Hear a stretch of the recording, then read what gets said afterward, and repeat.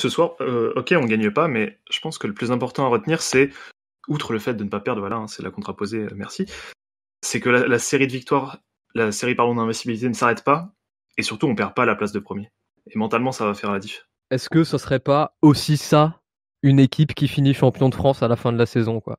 Parce que on a souvent parlé de Marseille qui gagnait ses matchs à l'arrache, sur un coup de pied arrêté, sur un but contre son camp ou sur je ne sais pas quoi. Mais le fait est, c'est qu'ils les gagnaient ces matchs. Et à chaque fois, ils les gagnaient. Là, je crois qu'ils ont fait match nul ou alors il y a eu un but que j'ai pas vu dans le temps additionnel. Mais là, enfin, on a un Lyon qui a aussi su faire ce genre de choses, qui a évité la défaite, qui poursuit sa série.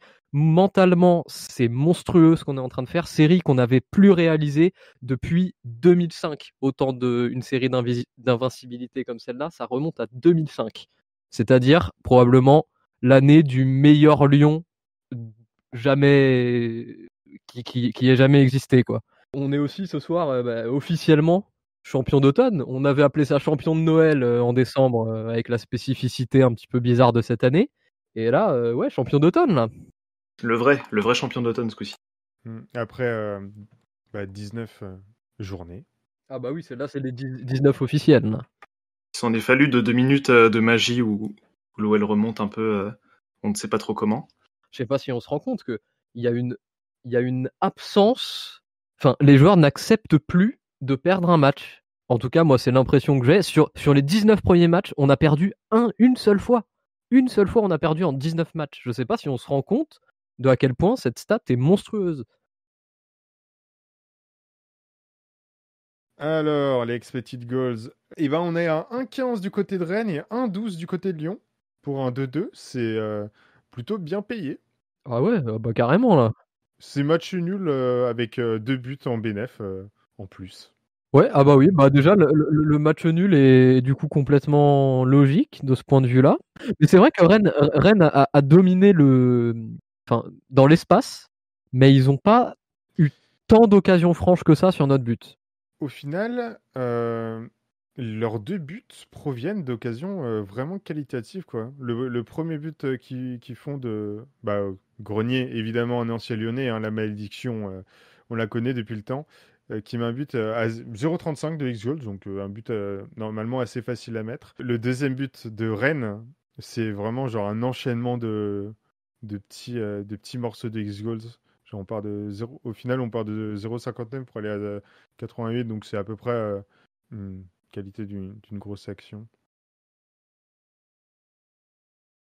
On va passer à un élément Perturbateur. sur lequel on a eu beaucoup de mal à rester calme, je pense, dans le match. Je pense qu'on n'est pas les seuls dans le chat aussi. Vous avez dû bien fuminer.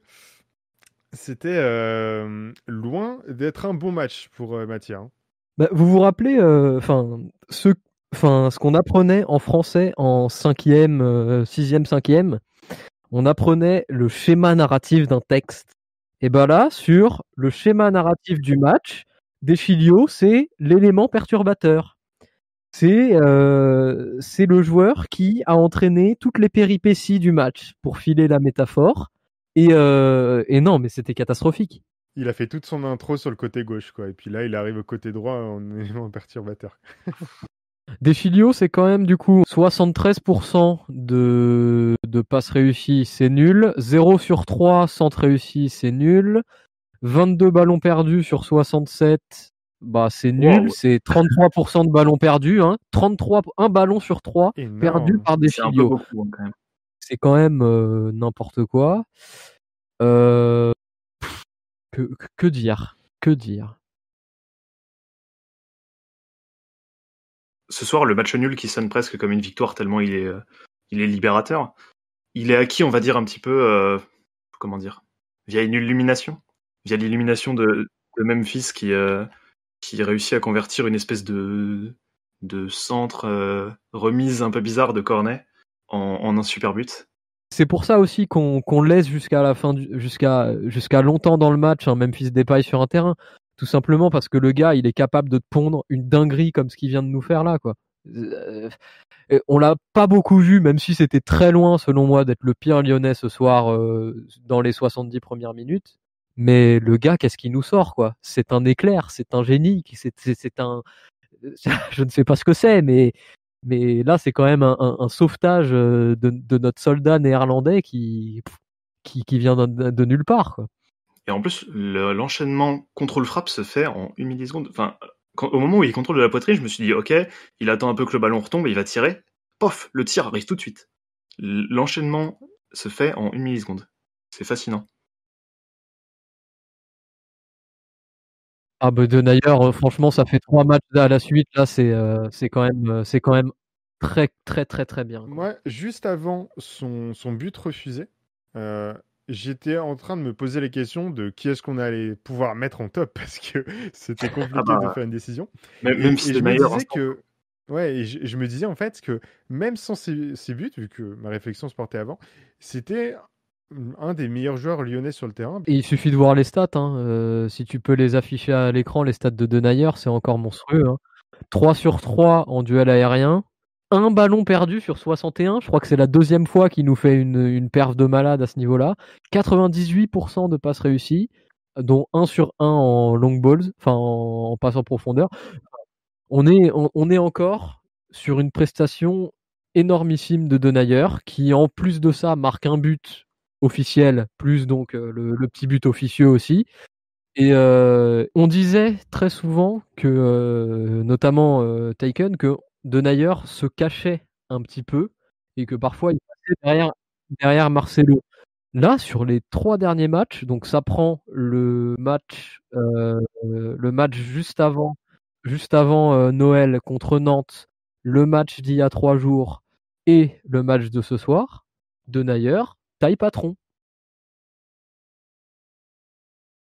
D'ailleurs, ce soir, je sais pas ce que vous en avez pensé, mais je trouvais qu'il y a eu soit de la malchance, soit un talent particulier chez les Rennais, mais toutes les passes lyonnaises finissaient interceptées, contrées, déviées, il y avait toujours un truc. Là où Rennes a été très fort pendant les 70 premières minutes, c'est que Rennes a su adapter son dispositif pour contrer le nôtre.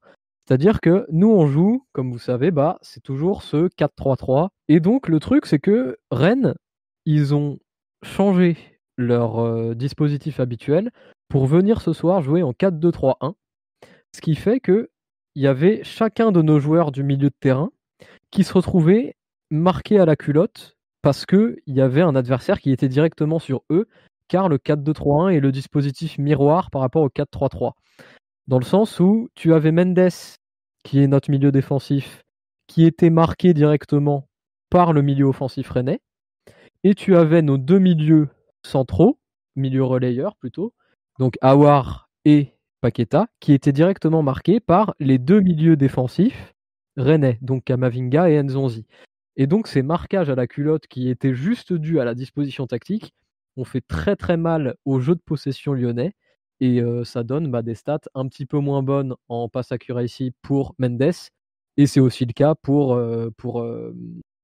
Paqueta, qui a eu beaucoup de mal à respirer ce soir au milieu du pressing rennais, je trouve.